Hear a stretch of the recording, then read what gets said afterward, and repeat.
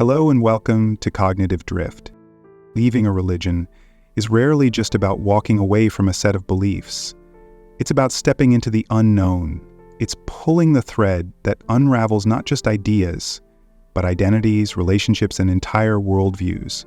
And once you've started, it's hard to stop.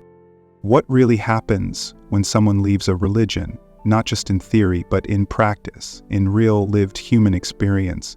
What shifts internally? What breaks externally? And what kind of clarity or chaos waits on the other side?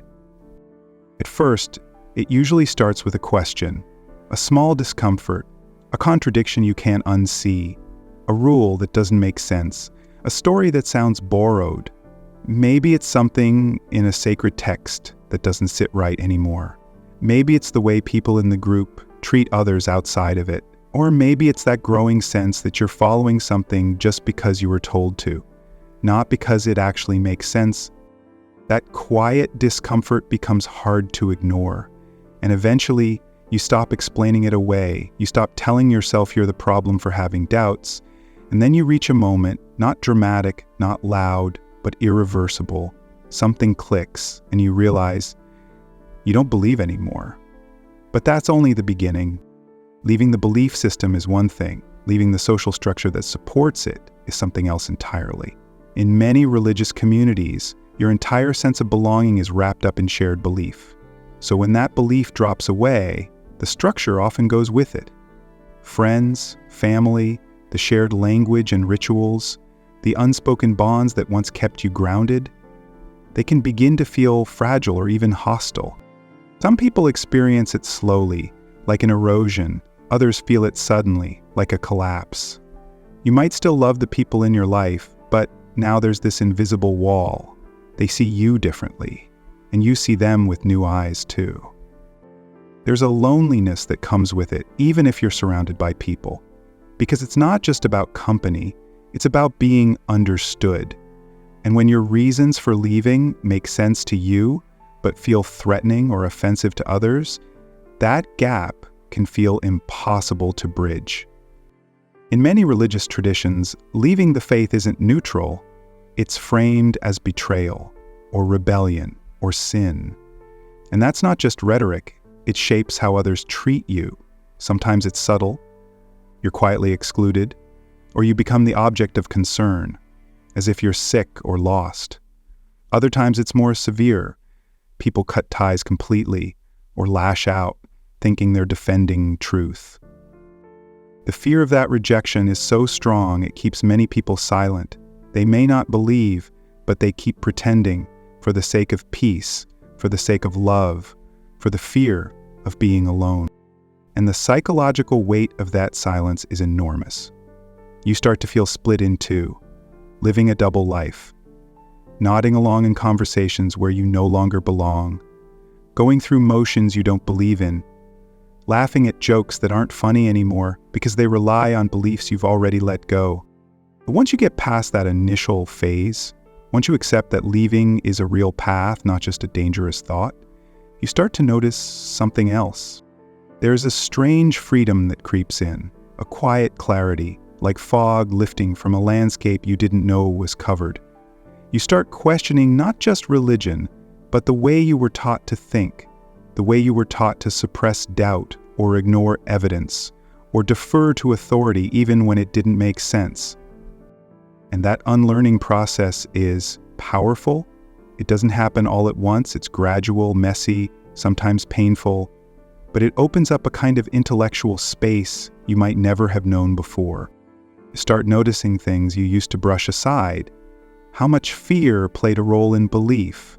How often obedience was mistaken for virtue, how morality was treated like a set of divine orders rather than a human conversation. You begin to ask better questions, not just what's the rule, but why should this be the rule? Not just what happens after death, but why am I so afraid of death in the first place? This kind of thinking, raw, honest, sometimes uncomfortable, starts to replace the ready-made answers you used to be handed. And the questions don't always have satisfying conclusions, but at least now they're yours. There's also a surprising amount of grief that comes with all this. Even if the religion hurt you, Even if you're relieved to be out, there's still a kind of mourning, because something died, even if it needed to. You mourn the certainty, the community, the stories that once gave you a sense of place.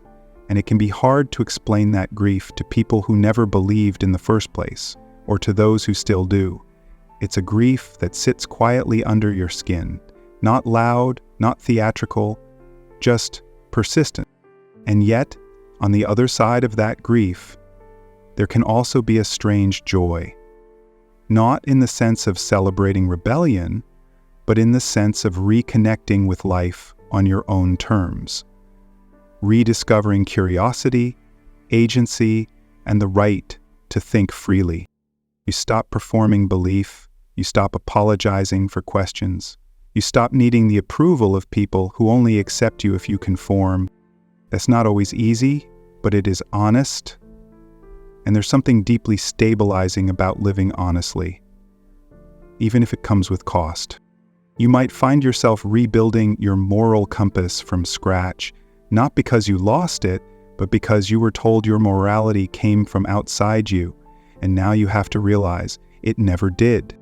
You learn to value kindness for its own sake, not because someone's watching, not because it earns you points in an afterlife, but because suffering is real and helping matters. You stop pretending that doubt is weakness. You start to see it as part of being awake. You learn to live without a net, and somehow that doesn't feel as terrifying as it used to. Sometimes you'll be nostalgic for the comfort you once had, the neat answers, the sense of being taken care of by something bigger. But then you remember, those comforts came with a price. The price of your own mind. And that's no small thing. One of the most surprising things about leading religion is that over time, you start to see things more clearly. Not just the flaws in the belief system, but also the way it shaped how you see yourself. Many religious systems build identity on the foundation of unworthiness. The idea that you are broken by default, that you were born in sin, or spiritually sick, or fundamentally flawed in some invisible but essential way, and that the only way to be good is through submission, obedience, repentance, devotion. That message runs deep. Even if you stop believing it intellectually, it can still echo emotionally. You might leave the church, mosque, or temple, but still carry the feeling that you're not enough on your own. It takes time to untangle that, and during that time, you might feel guilt without a cause, shame that doesn't have a name, as if simply existing without a higher purpose makes you selfish or lost. But gradually, that starts to change. You begin to understand that morality isn't about divine approval. It's about empathy, honesty, and responsibility, not because someone told you, but because you've seen the consequences of cruelty and the power of compassion. You begin to define your life by what you do, not what you're told, and that's a shift that changes everything. Of course, not all the consequences of leaving are emotional. Some are very practical. In some cultures or families, losing your faith can mean losing your safety net, housing, jobs, financial support. They can all be tied to religious networks. In some cases, the consequences are severe, being disowned, shunned, or labeled a danger to others. People have lost custody of their children over religious disagreements. Some have lost employment, especially in countries where religion and law are still tightly fused. And even in more secular societies, social cost is real. You might be seen as difficult, negative, or too intellectual, a threat to harmony, even if all you did was stop pretending. That pressure to keep quiet, to just go along, can make people feel like their only choices are conformity or isolation. And that's why communities for former believers have become so important. Finding others who've walked that path, who know what it's like to feel that particular kind of exile, can be deeply healing, not because they give you new beliefs to adopt, but because they show you that you're not alone in letting go. And in that space, you can laugh again, talk honestly again, and build new kinds of connection that aren't built on shared doctrine, but shared humanity. For a lot of people, leaving religion also means rediscovering the natural world in a new light. Without the lens of creationism or divine planning, the world becomes more mysterious, not less. You stop seeing it as a stage for a cosmic drama and start seeing it as something real, intricate, and worth exploring for its own sake. Trees, stars, rivers, animals, they're not symbols anymore, they're just themselves. And that shift can make reality feel more alive than it ever did under a script. And with that comes a shift in how you think about life and death. Without an afterlife, death doesn't vanish, but it changes shape. It stops being a doorway to judgment and becomes what it always was, the final stop of a fragile, precious ride. And that awareness, instead of creating despair, can actually lead to deeper meaning. You start valuing time differently because it's not infinite. You care more about what your life means now, not what someone else says it will mean after. That might sound bleak to some, but it's not. It's grounding, sobering, and strangely beautiful. And yet, even when you feel clear about your decision, there will still be moments of doubt. Not about whether your former beliefs were true, but about whether you've made your life harder by leaving them. When you see others still finding comfort in the faith you walked away from, when you hear religious people talk with certainty and peace, there can be a flicker of what if. Not because you want to go back, but because being alone in your own mind without a script can be heavy. But in those moments, it helps to remember this: peace and certainty aren't the same thing as truth. People can feel deeply calm while being deeply wrong. Certainty isn't a sign of accuracy, it's often a sign of insulation. And truth, if it's worth anything, should be able to handle doubt. One of the quiet superpowers of leaving religion is learning to live without needing every question answered. It doesn't mean you stop caring, it just means you stop forcing conclusions where there aren't any. You stop filling in blanks with myth just to feel better. And that's not easy, but it's honest. Another shift that happens when you leave is in how you see authority. When you've spent years being told what to believe, how to live, what's right, what's wrong, and then you step outside of that, you realize how much of that authority was just repetition. People repeating what they were told, generation after generation. And once you stop seeing those voices as sacred, you start hearing them more clearly with all their contradictions, their human biases, their political motives.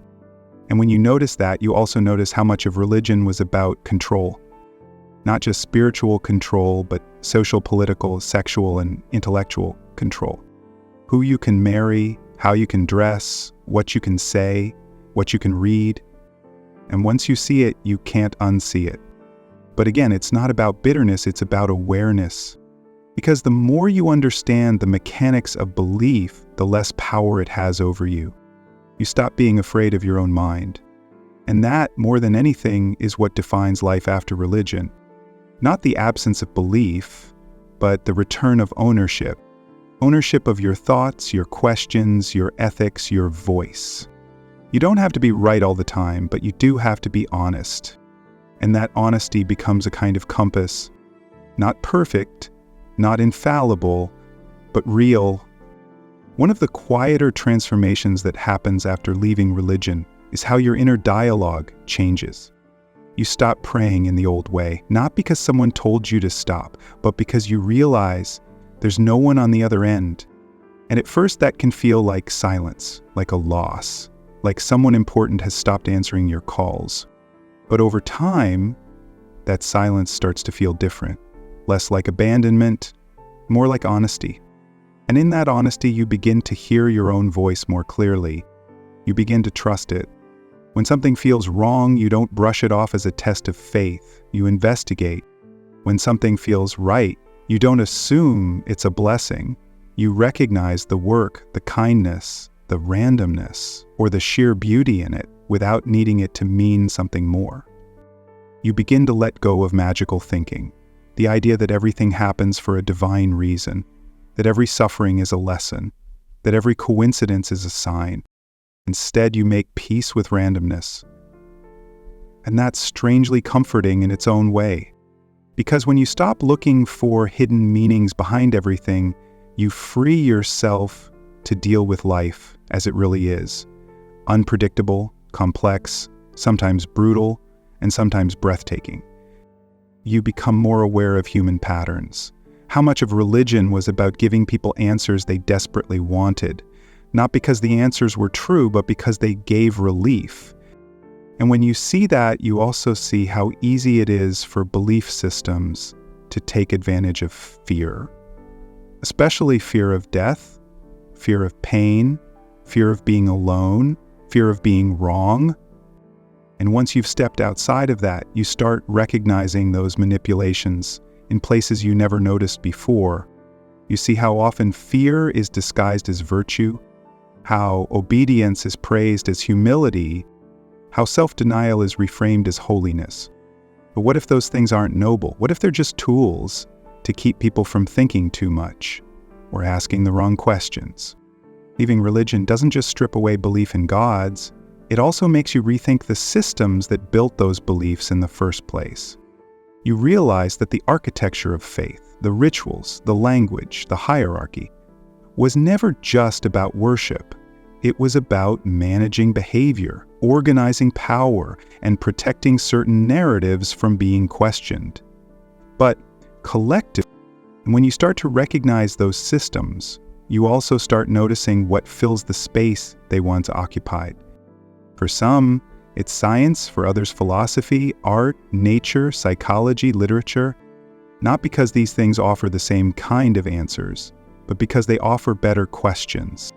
Questions that don't pretend to be eternal truths, but that lead you into deeper curiosity, humility, and understanding. You stop looking for someone to tell you what life means and start creating meaning through what you care about, who you love, what you build, and how you live.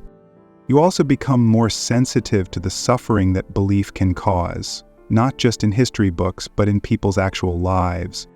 You start noticing the toll religion takes on people who don't fit into its boxes. And gay people forced to hide who they are. Women told their voice matters less. Children taught to fear hell before they can even spell it.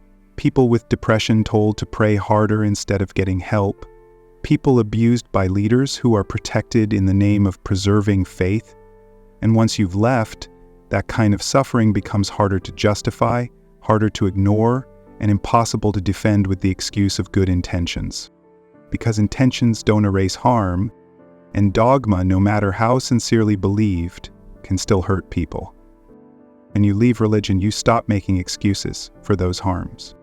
You stop calling it tradition when it's cruelty, or sacred when it's just outdated. You start asking whether a belief is true, and then whether it's kind, and finally, whether it's necessary at all. That's a different kind of thinking, one that prioritizes evidence over emotion, ethics over loyalty, and growth over comfort. And that mindset doesn't make life easier, but it does make it more real. It also helps you understand why people stay, because religion doesn't just offer belief, it offers identity, community, structure, and answers to impossible questions. To leave that behind means facing uncertainty, admitting you don't know, learning to live with doubt, and being okay with that. And not everyone is ready for that, or wants it. But if you are, then what happens next is something very few people talk about. You begin to build a life that fits you, not one that was handed to you. You start forming relationships based on honesty, not shared dogma. You start making choices that reflect your real values, not borrowed rules. You start healing from the ways you were taught to mistrust yourself. And you begin to understand something that no sermon ever really captured: that being human is not a mistake to be corrected, or a sin to be forgiven, but a chance, a brief, uncertain, fragile, beautiful chance to think, to feel, to question, and to create. And in that space where faith once lived, something else begins to grow. Not certainty, not answers, but awareness and freedom, and maybe even peace. Not the peace of knowing everything is taken care of, but the peace of knowing you're awake. And that's something no religion can give you, and something no religion can take away.